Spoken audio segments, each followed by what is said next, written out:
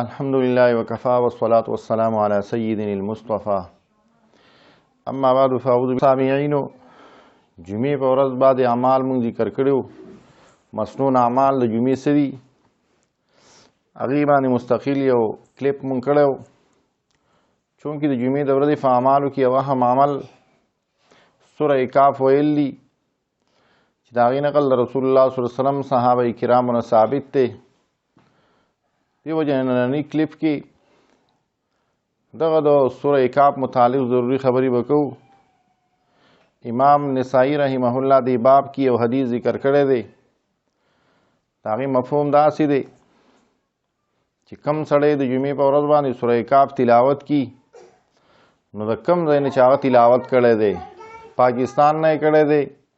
دنیا کې د هر ګوټ نه یې کړی چې دی د هغې ځای نه واله تر مکې مکرمې پورې دا ټوله فاصله چې ده دا الله جل شانو د نور نه ډکوي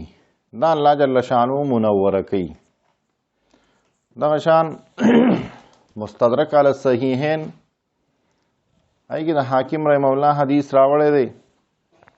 هغې کې دي چې رسول الله صلی الله علیه وسلم فرمایي د جمعې په ورځ چې څوک سوره کاف وایي نو هغه د بلې جمعې پورې د هغه لپاره الله جل شانو یو نور پړقي او هغه چمکاویږي. لکه ما د ابو سعید خدری رضی الله عنه حدیث دغه مخکې ذکر کو چې په هغې کې هم دغه الفاظ دي چې رسول الله صلی الله علیه وسلم فرمایي من قرأ سورة الکاف یوم الجمعه جمعې په ورځ چې سوره کاف وي دله د بلې جمعې پورې الله جل شانو یو نور پړقي یو نور یې چمکاوي. دغه شان امام نسائی رحمه الله یو بل حدیث راوړی دی. هغې کې هم دغه دی چې رسول الله صلی الله علیه وسلم فرمایي چې د جمعې په ورځ چا سوره کاف وي او داسې یې وي لکه څنګه چې سوره کاف نازل شوی دی معنا د هغې د الفاظو خیال یې وساتو هغې په ترتیل سره وي په ښایسته انداز کې وي نو په دې سړي باندې الله جل شانو چرې دجال نشي مسلط کېدی که چرې دی د دجال زمانه لاندې کی. دجال یو ډېر غټ مفهوم لري. هغه دجال خو مشهور دجال دی کوم چې به قیامت ته نږدې راځي خو دا سړی به الله جل شانو د دنیا د نورو دجالانو نه محفوظ هم وساتي. دا هم یو معنی پکې شته. همدغه حدیث کې بیا ذکر دی امام نسائی رحمه الله دغه حدیث آخر کې بله ټوکړه راوړې ده چې هغې کې وایي چې چا د سوره کاف ابتدایي 10 آیاتونه حفظ کړل دا سړی به الله جل شانو د دجال نه محفوظ ساتي. دغه شان هغې حدیث کې دا هم دي چې چا د سوره کاف آخري 10 آیاتونه یاد کړل بالفرض د دجال زمانه لاندې کړم کوم چې مشهور دجال دی قیامت ته نږدې به راځي نو د الله جل شانو به دغه دجال نه محفوظ کی او دغه دجال به په ده باندې غلبه نشي حاصلولی.